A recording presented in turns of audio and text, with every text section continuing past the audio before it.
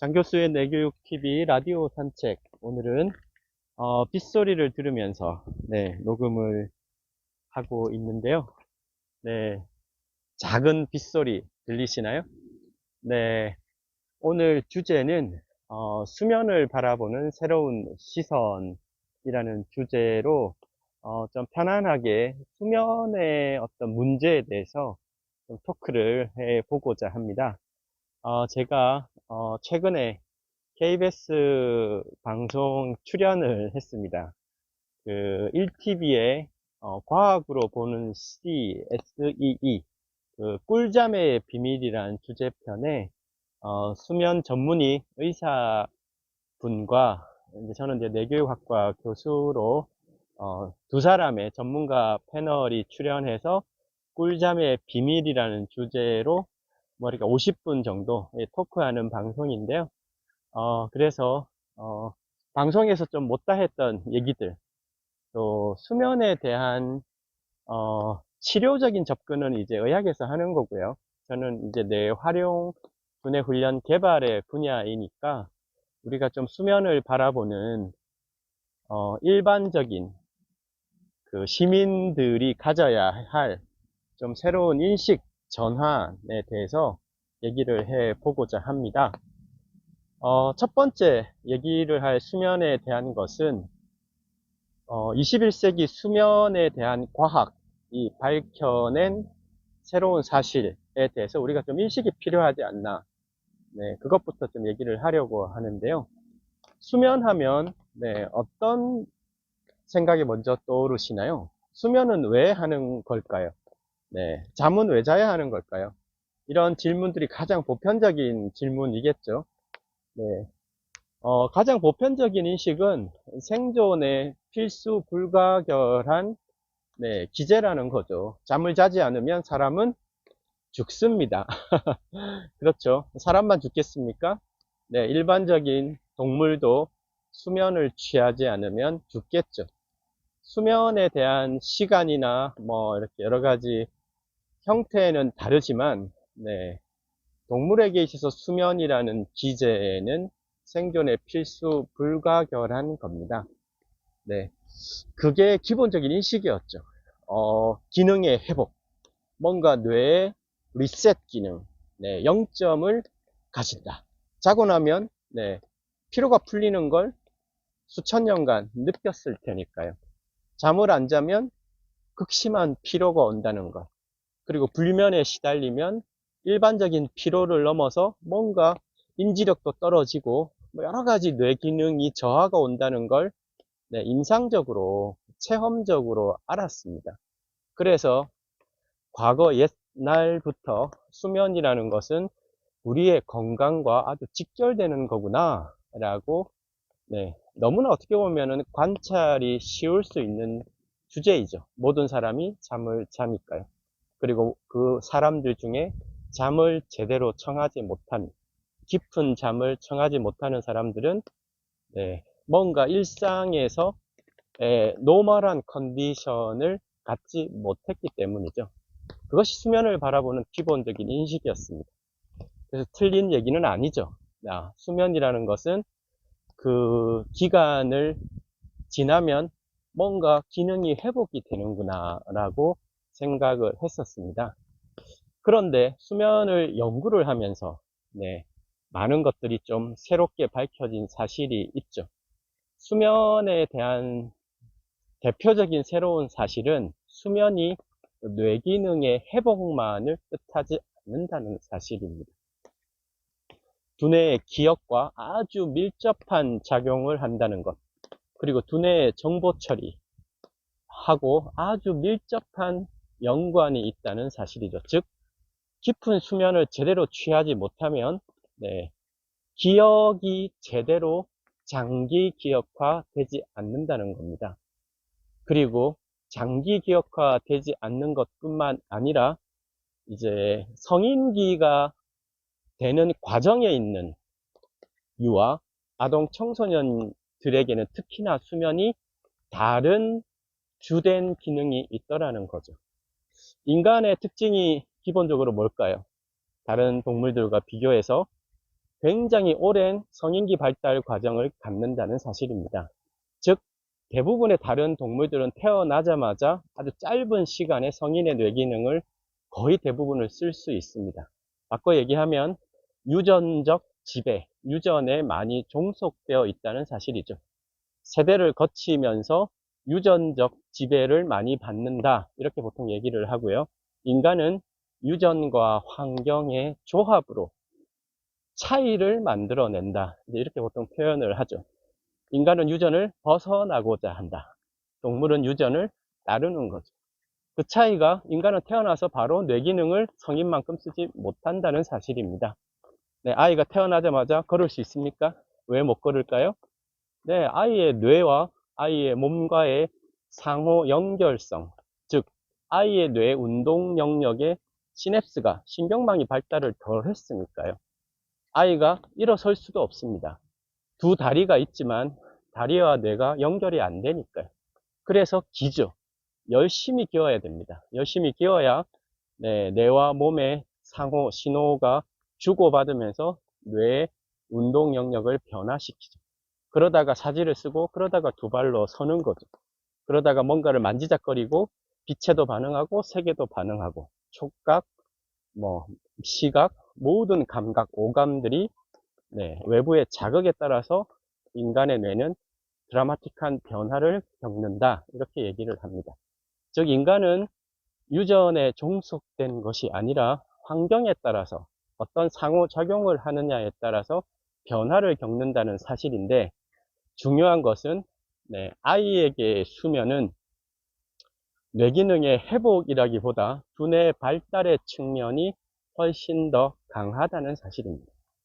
아이의 이렇게 눈을 잠들고 있을 때 이렇게 눈꺼풀을 살짝 벗기면은 눈동자가 좌우로 굉장히 빠르게 이렇게 왔다 갔다 하는 거 보신 적 있으신가요? 이거를 이제 그 유명한 REM 수면이라고 합니다. REM, Rapid Eye Movement. 말 그대로 아이 눈동자가 빠르게 좌우로 왔다 갔다 하는 것을 우리가 REM 수면이라는 이름을 붙였어요. 수면에 대한 우리가 꿈을 꾸는 수면이다. 보통 이제 REM 수면을 이렇게 얘기를 하고, 어린아이들에게는 REM 수면은 50% 이상 비중을 차지한다, 이렇게 얘기를 하고, 나이가 들면서 REM 수면의 비중이 점점점 줄어듭니다. 그러면서 사람들이 궁금해했죠. REM 수면이라는 것은 뇌가 사람이 깨어 있을 때처럼 뇌가 활동하고 있다는 거거든요. 분명히 잠을 자고 있는데 왜 깨어 있을 때처럼 뇌가 그렇게 활동을 할까? 이런 게 궁금하지 않았겠습니까? 그것을 들여다보고 연구를 하고 연구를 지속하면서, 인간에게 수면이란 단지 잠을 자는 것만은 아니구나. 기능을 회복하는 것만은 아니구나. 뭔가 처리를 하는구나. 왜냐? 렘 수면은 어릴 적에 가장 많거든요. 그러다가 점점 그 비중이 줄어듭니다.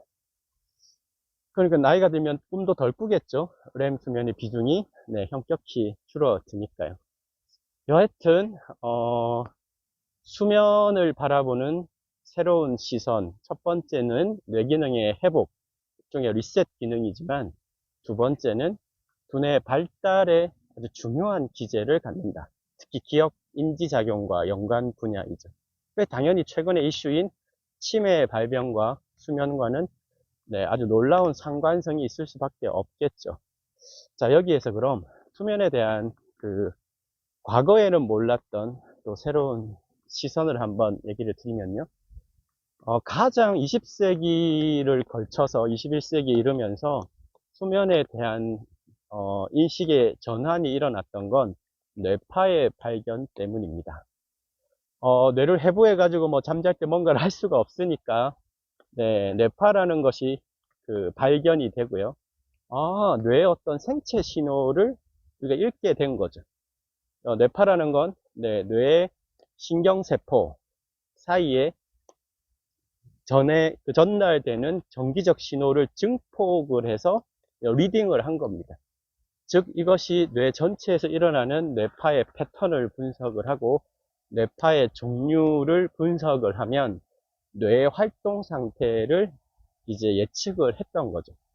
우리가 보통 뇌파 하면 많이 들어보셨던 주파수 기준으로요. 초당 몇 번 뛰느냐, 이게 프리퀀시, 주파수인데, 보통 우리가 베타파 이렇게 하면 초당 한 13에서 30Hz, 그러니까 초당 한 20번 내외를 이렇게 뛰는 겁니다. 인간의 뇌에서. 근데 이 베타파는 보통 우리가 활동할 때 뛰는 파다 이렇게 얘기를 하거든요. 자, 그럼 우리가 잠이 들기 시작한다라고 하면 뇌파가 빨라지겠습니까? 느려지겠습니까? 네, 점점 느려져야 되는 거죠. 왜? 의식이 잠을 잘 때는 기본적으로 깨어있지 않으니까요. 뇌파가 이제 얕은 잠에 들어가면 점점점 느려지고 하는 거를 알아차리면서 수면에 대한 연구가 본격화된 겁니다. 그런데 밝혀진 놀라운 사실은 수면을 하면 잠깐 잠이 들었다가 이제 깰 때까지 그냥 쭉 하나의 패턴으로 가는 줄 알았어요. 잠을 자고 일어나는 시간 동안. 그런데 이 뇌파를 분석해 보니까 주기가 있더라는 거예요.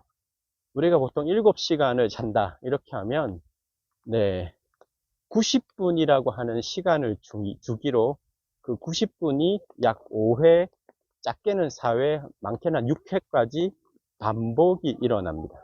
즉 우리가 하나의 한 잠을 자고 나면 동일한 형태의 수면 주기가 5, 6회 정도 반복해서 일어난다는 겁니다. 이게 보통 하나의 주기를 약 90분이라고 칭하는데요.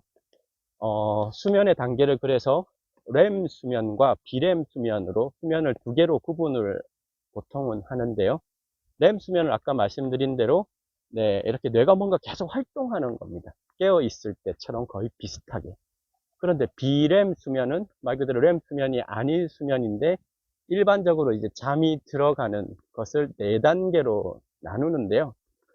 비렘 수면 1단계는 이제 얕은 잠에 막 들어선 단계입니다.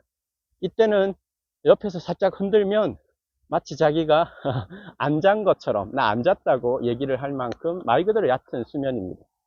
비렘 수면 2단계로 접어들면 서서히 호흡과 맥박이 느려지기 시작해서 깨우면 깜빡깜빡 이제 뭐 하는 정도.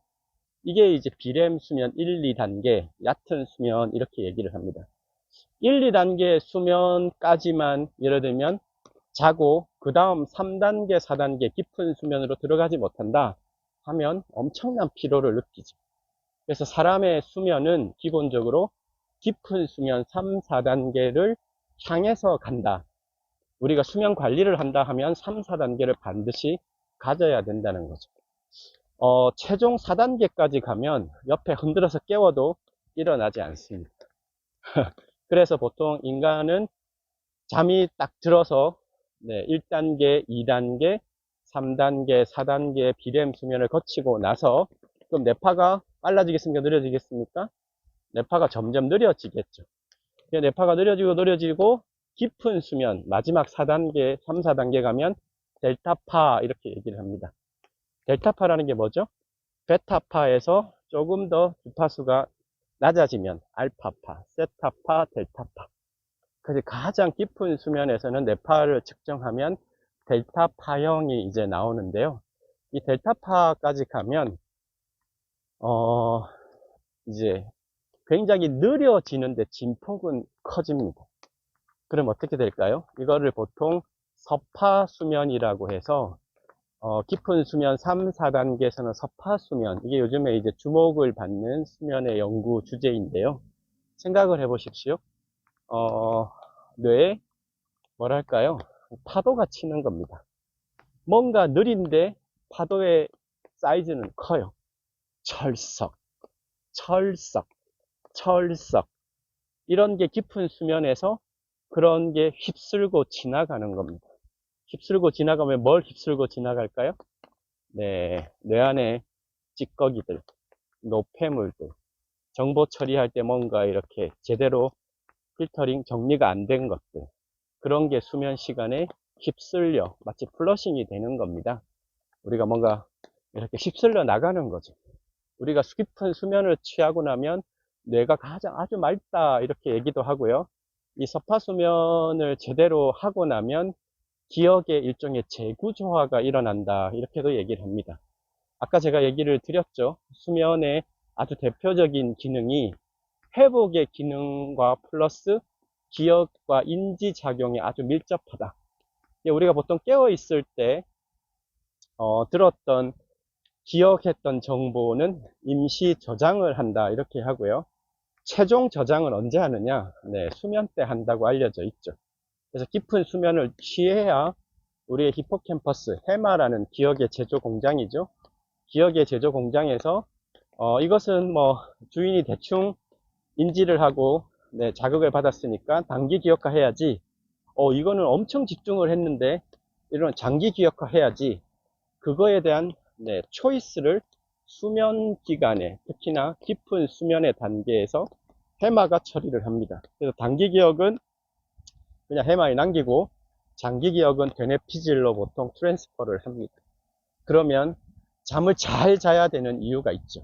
왜? 잠을 제대로 안 자면 기억이 제대로 재구조화가 일어나지 않는구나 라고 우리가 알 수가 있는 겁니다.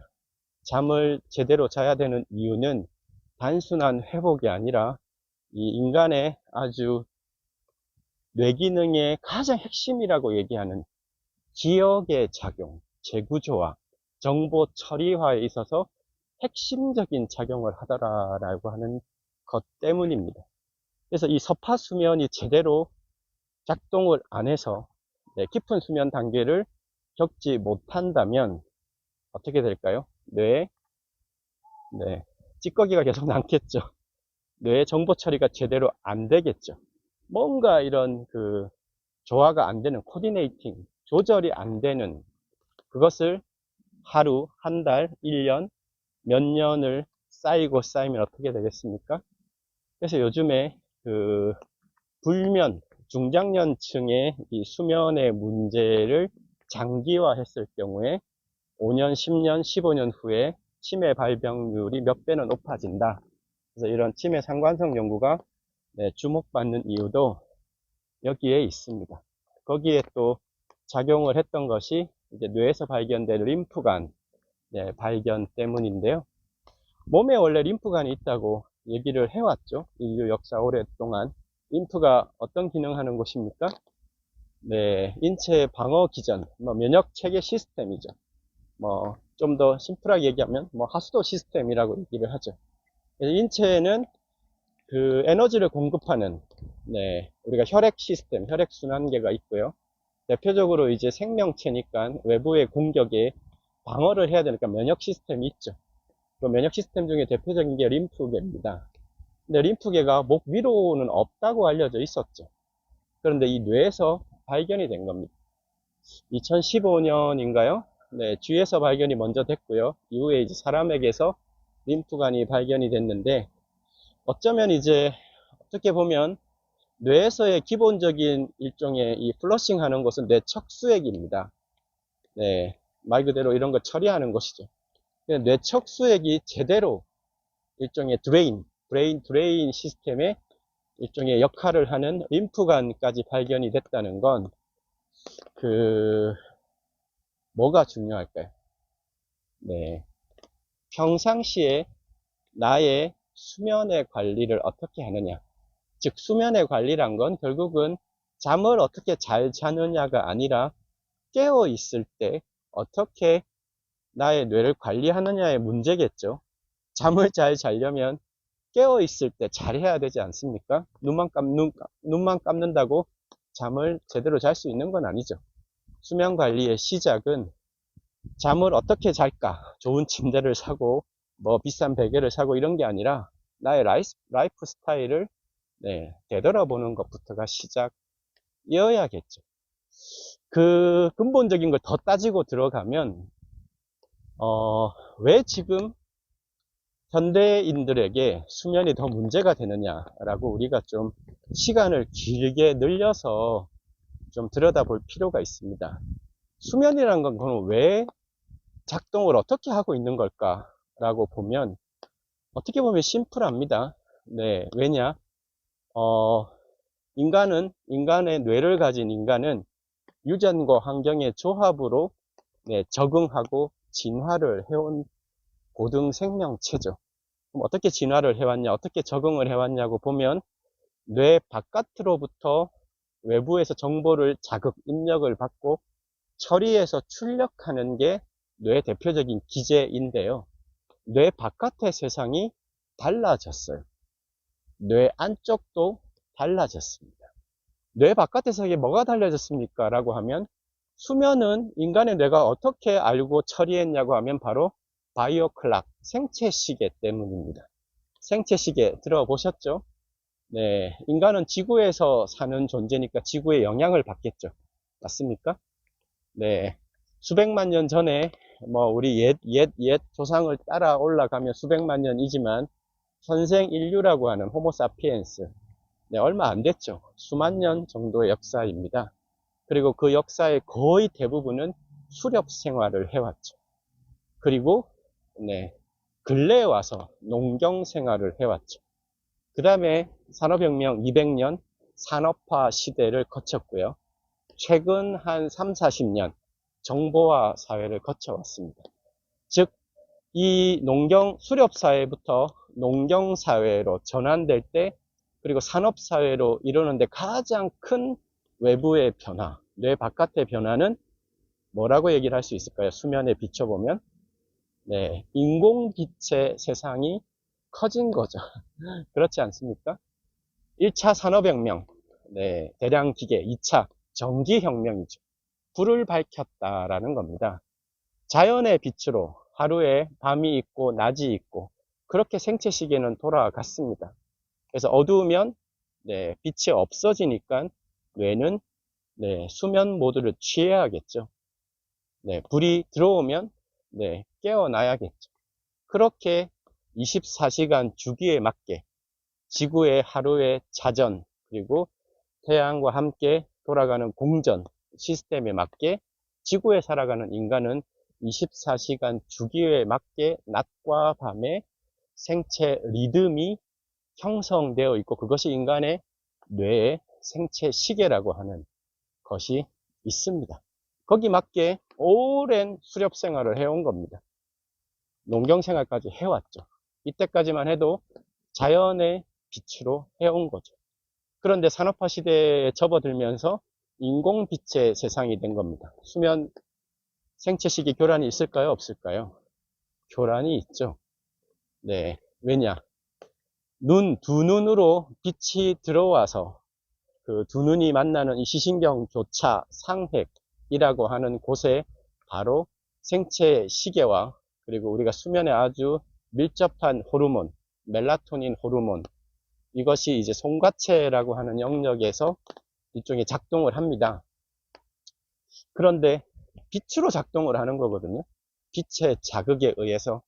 그러니까 빛이 있다가 빛이 없어지고 하는 낮밤에 따라서 인간의 뇌 안에 있는 시신경 교차 상액이 그런 생체 리듬을 작동을 해왔는데 인공빛의 세상이 된 거죠. 그렇게 되면 교란이 일어나지 않겠습니까? 수면의 문제의 가장 근본적인 변화는 세상이 밝아진 겁니다. 그렇지 않습니까? 네, 세상이 밝아졌구나. 이것에 대한 인지가 먼저입니다.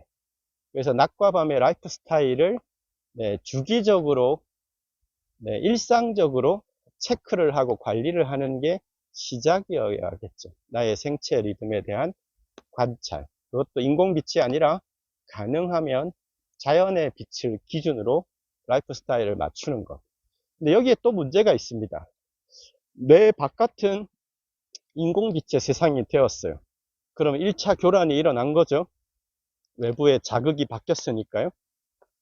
그런데 생명체는 외부의 끊임없는 자극 변화에 따라서 능동적으로 네, 내적 변화가 맞추어져 오면서 일정한 상태를 유지하고자 하는 성질이 있습니다. 그래야 견디니까요. 그것을 항상성이라고 하죠. 이 항상성 기제가 있기 때문에 우리가 추운 지방 가면 네, 뭐 털이 빨리 자란다거나 네, 더운 지방 가면 털이 늦게 자란다거나 또 갑자기 막 추위가 몰려오면 뭐가 이렇게 바뀐다거나 또 갑자기 상처를 입으면 백혈구가 막 가가지고 자폭을 해가지고 딱지가 만든다거나 인체의 일종의 핵심 네, 유지 기능이죠. 그거를 이제 가장 근본적으로 항상성이다라고 얘기하는데요. 결국은 이제 자율신경계를 유지하는 겁니다. 네, 자율신경계. 근데 지금은 이 자율신경계의 교란이 일어나는데, 그 근본적인 이유를 또 따지면 이제 뇌의 근본 기능을 들여다보면 알죠. 자, 뇌 바깥의 세상은 바뀌었습니다. 인공빛의 세상으로. 수렵사회, 농경사회, 산업화사회, 정보화사회를 거치면서요. 그럼 지금 인간은 이 뇌의 기능은 어떻게 바뀌었을까요? 뇌 가장 안쪽 브레인스템, 이 뇌간이라고 하는 생명 중추. 기본적으로 움직임, 동물이니까 움직일 동자죠. 움직임은 늘었습니까? 줄었습니까? 수렵사회에 비해서, 농경사회에 비해서, 산업화사회에 비해서 이 정보화사회에 인간의 뇌의 가장 근본적인 기제라고 하는 움직임의 작용은 양과 질이 수십 배가 줄었죠. 그렇지 않습니까? 체격은 커지고 평균 수명은 늘었을지 모르나 기본적으로 움직임의 기제는 신체적 활동성은 줄어들었습니다. 햇빛을 잘 쬐지 않아요. 두 다리로 잘 걷지 않습니다. 네, 육체적 노동은 잘 하지 않죠. 이제 노동의 형태가 바뀐 겁니다. 자, 그러면 그 다음 단계 림빅 시스템, 되뇌 변형계의 정서적 기제, 위축이 많이 됐죠. 네, 공동체 사회, 사회적 커뮤니티 활동이 많이, 네, 오히려 예전에 비하면 많이 줄어들었죠. 근데 정신적인 스트레스, 바깥쪽의 인지학습 체계는 엄청나게 늘었죠. 그에 따른, 네, 스트레스는 늘었습니다. 즉, 육체적인 활동성은 줄어들었고, 정신적인 활동은 급증을 한 상태.